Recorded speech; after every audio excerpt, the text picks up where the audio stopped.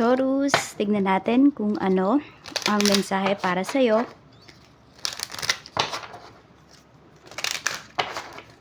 Kuhanin muna natin yung energy mo. Okay, so family. Marami po sa inyo, ayan, naglipat bahay ba yung iba? Or pwede rin na may mga family members dito na pupunta sa bahay nyo. Could be a get together for some of you, pero meron din po dito, pwedeng may ihahatid na kamag-anak sa bahay po ninyo. So, pwedeng may makikita sa inyo dito na kamag-anak or pwedeng kapatid, ganyan. So, po sa inyo, pwedeng may asawa na kayo. Tapos, may kapatid ka na nag-aaral. So, pwede po na dyan or nag-aaral or naghahanap ng trabaho. Tapos, sa inyo muna mag-i-stay. Yan, kaya parang hinatid siya ng family niyo or ng parents mo dyan po sa bahay ninyo. So, parang lalaki yung pamilya po ninyo. Tignan natin. Okay, for some of you naman, pwedeng hindi mo talaga kaano-ano yung mga taong to. Pero, pwedeng, kung yung iba sa inyo, it's either single mom or single dad yung parents nyo. Ayan. Or, byudo or byuda. So, pwede po na nag-asawa ulit. So, pwedeng kasama yung pamilya. Ayan. So, sabi ko nga is, lalaki yung pamilya po ninyo dito. Tingnan natin. Ano pa yung mensahe? Or marami din naman po sa inyo, Taurus, pwedeng magkakasama kayo ng mga family members mo pagdating sa, parang isang compound yung iba pala sa inyo. Tingnan natin. Tingnan natin yung energy mo. Tignan pa natin. Ano pa po ang energy, spirit guide? We have the Chariot. Yan, mukhang may ihahatid nga kayo dito. So, pwedeng sa loob ng isang linggo na to is either may uuwi na family members or, ayan, may uuwi, may susunduin po kayo or may ihahatid kayo. Tignan natin kung ano pa yung mensahe. Tignan natin. Okay, pagdating naman po sa iyong career.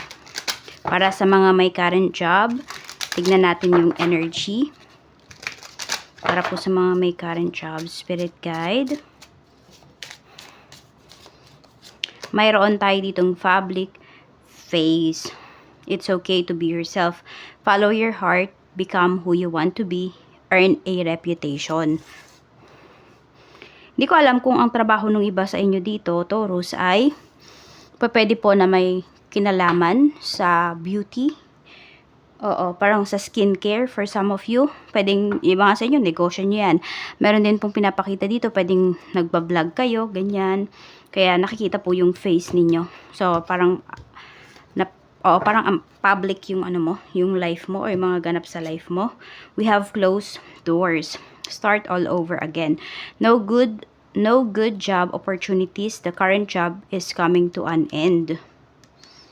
Or nasa isang trabaho kayo na pwede po na hindi ko alam, parang may favoritism.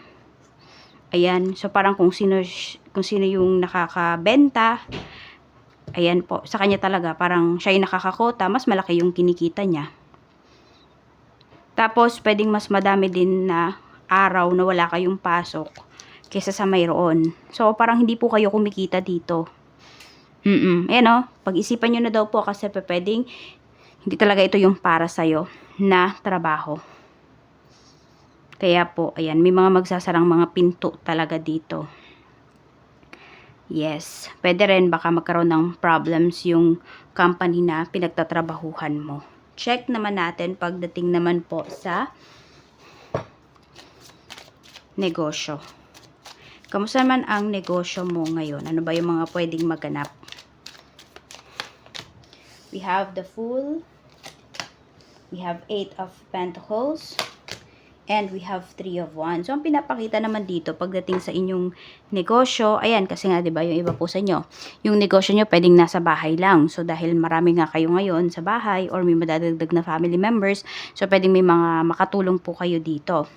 Tapos, ang ganda rin ang ganda ng energy na binibigay nyo sa business ninyo, Taurus, kasi, talaga nakafocus kayo, tsaka, parang hindi ka pinanghihinaan ng loob. Ayan o, napaka-positive ng energy mo. Hindi ko alam kung ano tong pupuntahan po ninyo. May interview kasing pinapakita dito eh. So, pwedeng may mga companies na kumontak sa inyo, tapos parang pinamimilian kayo dito kung sino yung makaka-partner nila. Yan. So, nakikita mo rin talaga to as opportunity, kaya grinab mo rin. You are very passionate pagdating dito sa, sa negosyo. Ang daming red na kulay. So, magsuot po kayo ng mga red na color. Ayan nga, ang dami oh. Ito, yan, mga red. Tas, di ba yung door din natin dito, yung closed doors natin. So, ayan po. Suot po kayo ng red na damit. Para, mas marami po kayong blessings na ma-receive ngayong week na ito. So, yan yung lucky color ninyo, color red.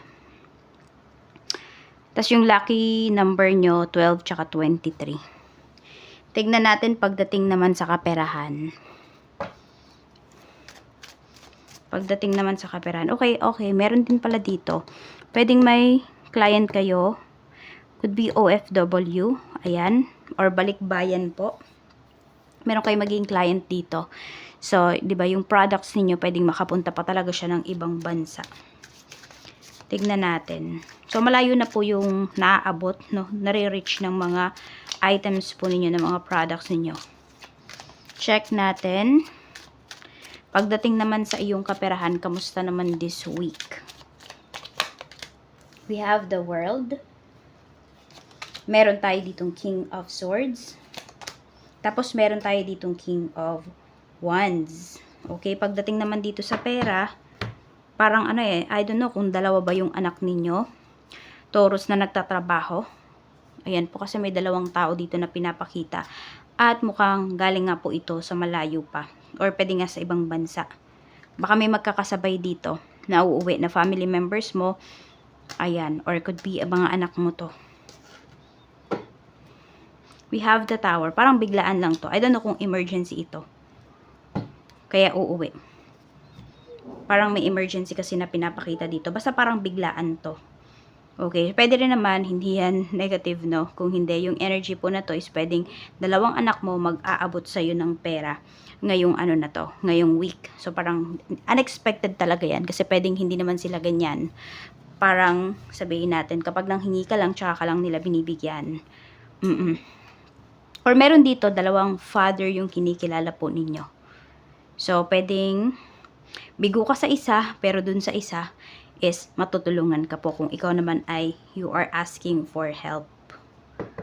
Check natin. Pagdating naman po sa love life, tingnan natin yung energy. Spirit guide, pagdating naman po sa love life. Tingnan natin. Kuha tayo ng tatlo dito. We have Queen of Swords. Okay, merong nagkahiwalay dito, Yan kasi yung pinapakita. Pero alam mo, kahit magkahiwalay kayo ng taong to, naiisip ka pa rin niya. Or pwede nga na, nag-uusap kayo telepathically ng tao na to. Pwedeng through dreams. For some of you, bigla mo na lang siyang maaalala. Busy-busy ka, tapos bigla mo siyang maaalala. Tapos parang, alam mo yun, parang meron kang na-receive na message. Di mo naman maintindihan kung ano. Pero, alam mo yun, parang nga po kayong nag-uusap talaga. Tignan natin. Kuha pa tayo. 10 of Cups. So, meron dito kasi pwedeng mag-asawa po kayo. So, pwedeng meron dito, magkahiwalay lang kayo physically but not emotionally. Okay, and not spiritually. Kaya po, ayan. Parang kahit busy kayo parehas, nakakapag-usap pa rin po kayo. Through dreams, through yan. Pag wala talagang oras. Parang napapaginipan mo yung person mo or yung asawa mo. Tingnan natin. I don't know kung ito ay the one that got away ninyo for some of you. Kasi ito, parang ito yung plano ninyo before pero hindi siya natuloy.